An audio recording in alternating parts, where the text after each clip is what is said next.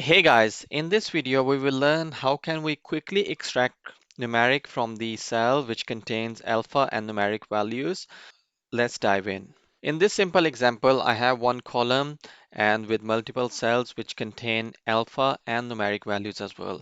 So what I want to extract only numeric from these cells, from all those cells. So what I will do first, I will write the numeric which I want to extract. For example, 415A. This is numeric from this cell, and from here I want to extract 458225. Basically, this is the example of the numeric which I want to extract from these cells. So then what I will do, I will select all those cells and then I'll press Control E.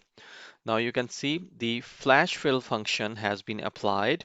It took the example from the first two cells and then it extracted the numeric from the rest of the cells as well. You can see now all the numeric has been extracted. So if I have like 1,000 of cells, I can quickly use the flash fill function to extract a numeric from the cell which contain numeric values and the alphabet as well. So this is how you can use the flash fill function. You can see on the side there's a flash fill option as well.